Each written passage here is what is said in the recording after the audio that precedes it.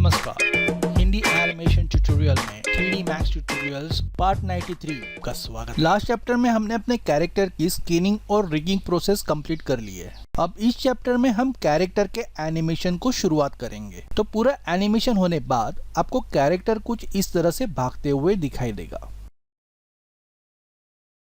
है ना मजेदार। और अगर हम गेम की बात करते हैं तो ज्यादातर वक्त ये कैरेक्टर हमें साइड व्यू से ही भागते हुए दिखाई देगा। इस बात को ध्यान में रखते हुए हमारा जो लेफ्ट साइड का एनिमेशन है उसके ऊपर हमें खास तौर पे काम करना होगा। तो इस एनिमेशन ट्यूटोरियल को शुरुआत करने से पहले हम थोड़ा बाइपेड रिग के बेसिक चीजों के बारे में जान लेते हैं। ये है 3ds Max का बेसिक बाइपेड स्केलेटन। इसके काफी कुछ ऑप्शंस हमने कैरेक्टर को स्कैनिंग करते हुए ही देख लिए थे, फिर भी यहाँ पे बाइपेड के बारे में काफी कुछ जानना जरूरी है। जैसे हमने ये जान लिया है कि कैरेक्टर के हिसाब से हम बाइपेड को किस तरह से कस्टमाइज कर सकते हैं। अब इसके कुछ बुनियादी एनिमेशन के ऑप्शंस जान लेते हैं। जैसे इसके फीट के आगे एक टो जॉइंट है, इसके पंजे से 5 फिंगर लिंक्स जुड़े हैं और हर एक फिंगर्स के पास 3 जॉइंट है। इसके स्कल पे अलग से बाल भी होते हैं जो इसके हेड बोन के साथ पहले से पेरेंटेड होते हैं, और इसके धड़ पे 3 स्पाइन लिंक्स भी होते हैं। तो चलो अब बाइपेड एनिमेशन की ओर बढ़ते हैं। उदाहरण के तौर पे हम इस बाइपेड के पैर को एनिमेट करते हैं।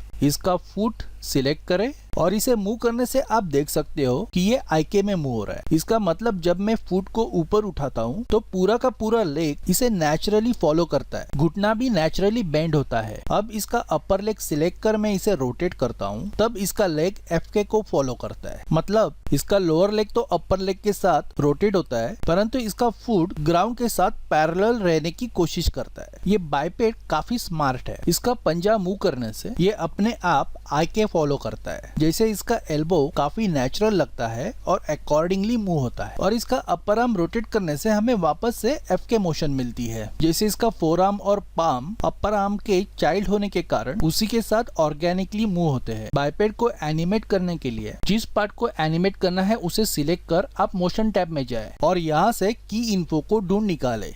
अब यहाँ की इन्फो में हमारे पास सेट की बटन है। इसे आप व्यू पोर्ट पे राइट क्लिक कर टूल्स 2 के अंडर भी पा सकते हो। उदाहरण के तौर पे हम इस फुट पे एक की सेट कर देते हैं। अब किसी और फ्रेम पे जाके इस फुट को मूव करते हैं। जैसे फ्रेम नंबर 23 पे हमने इसके फुट को ऊपर की तरफ उठाया है। अब वापस हम यहाँ पे इसे सेट की करेंगे। अब कैरेक्टर ऊपर की तरफ पैर उठाते हुए हमें दिखाई दे रहा है। अब चाहे तो मैं किसी भी की को शिफ्ट प्रेस एंड होल्ड कर की को ड्रैग करके इसका क्लोन बना सकता हूँ।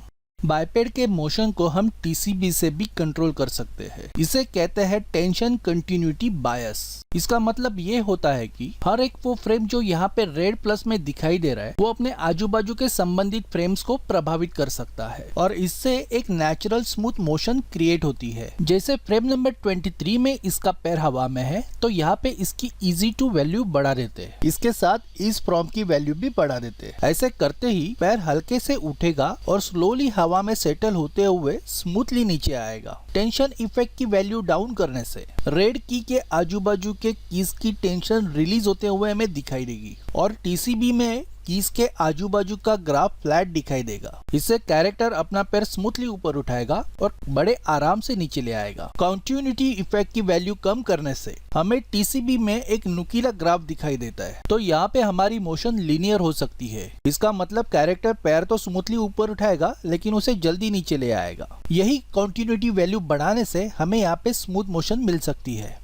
अब अंत में बायस के बारे में जान लेते हैं। इसके मदद से हम ग्राफ को एसिमेट्रिकल बना सकते हैं। जैसे इस केस में इस की फ्रेम की तरफ ये पैर हल्के से उठाएगा, नीचे ले आते वक्त झट से नीचे ले आएगा। ऐसा करने से हमें यहाँ पे काफी अलग मोशन मिल जाती है। जैसे इसका पैर जल्दी जमीन छोड़ता है लेकिन ऊपर जाते वक्त स्लो होता है और झट से नीचे आता है। हमें यहाँ पे कुछ की फ्रेमिंग के टूल्स भी दिए गए हैं। हम सेट की के इस्तेमाल से इसके हाथ और पैरों को जगह पे प्लान कर सकते हैं। इसके लिए आप विपोर्ट पे राइट क्लिक कर सेट प्लांटेड की को सिलेक्ट कर सकते हैं। अदरवाइज सेम ऑप्शंस आपको की फ्रेमिंग टूल्स में भी मिल सकते हैं। प्लांटिंग के मदद से उन्हें एक जगह पे स्थिर रख के बाकी कैरेक्टर को उनके आजू बाजू मूव कर सकते हैं। इसके साथ ही आईके मोशन का वापर करते समय हम बाइपेड के अलग अलग हिस्सों के एफके ट्रैक को भी देख सकते हैं। अब इस पोजेस और पोस्चर के कॉलम में हम पोजेस बना के इन्हें कॉपी पेस्ट भी कर सकते हैं। इस प्रकार से आप यहाँ पे पोजेस और मोशंस की लाइब्रेरी बना के इन्हें बार बार रीयूज भी कर सकते हैं। जैसे कि कैरेक्टर के नॉर्मल वॉक साइकिल को आप अचानक घबराहट में दुबक के चलते हुए वॉक साइकिल में परिवर्तित कर सकते हो और ये सारी चीजें पोस्चर के कॉपी एंड पेस्ट ऑप्शन से संभव हो पाएगी। बाइपेड में एनिमेशन को कंट्रोल करने के काफी सारे ऑप्शन है। उदाहरण के तौर पे मैं फिंगर को डबल क्लिक कर अगर ई की दबाता हूँ तो आप देख सकते हो कि हमें रोटेशन करने से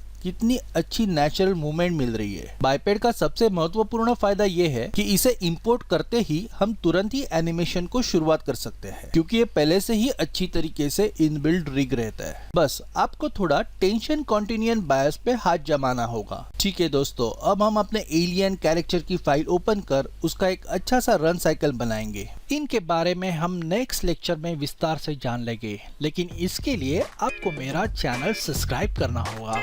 हिंदी एनिमेशन ट्यूटोरियल के साथ जुड़े रहने के लिए धन्यवाद। आपका दिन शुभ रहे।